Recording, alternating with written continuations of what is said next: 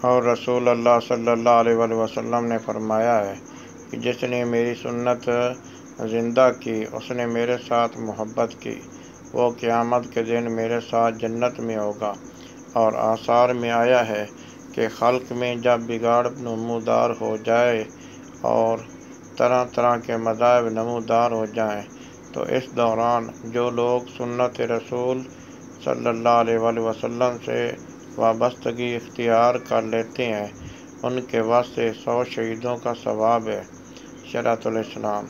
اور رسول اللہ صلی اللہ علیہ وآلہ وسلم نے ارشاد فرمایا، کل امتی یدخلون الجنۃ الا من ابی، قالوا من ابی؟ قال من اطاعنی دخل الجنہ ومن عصانی فقد ابی، کل عمل لیس علی سنتی فہو معصیۃ۔ میری تمام امت جنت میں جائے گی سوائے اس کے جو انکاری ہوتا ہے۔ صحابہ نے عرض کیا کہ کون انکاری ہے؟ فرمایا، جس نے میری اطاعت کی وہ جنت میں داخل ہوگا، جس نے میرا حکم نہ مانا وہ انکاری ہے، جو کام میری سنت کے مطابق نہیں ہے وہ نافرمانی ہے۔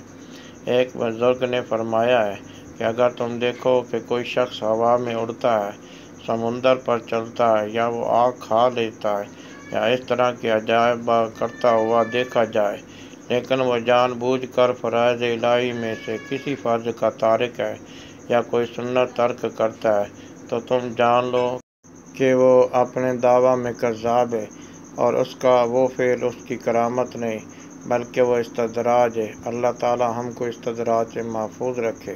اور حضرت جنید بغدادی رحمۃ اللہ علیہ نے فرمایا، ہر وہ عمل غلط ہے جو اتباع سنت کے خلاف ہو، جیسا کہ ارشاد رسول اللہ صلی اللہ علیہ وآلہ وسلم ہے، جس نے میری سنت کو ضائع کیا اس پر میری شفاعت حرام ہو گئی۔ اللہ تعالی عمل کی توفیق نصیب فرمائے۔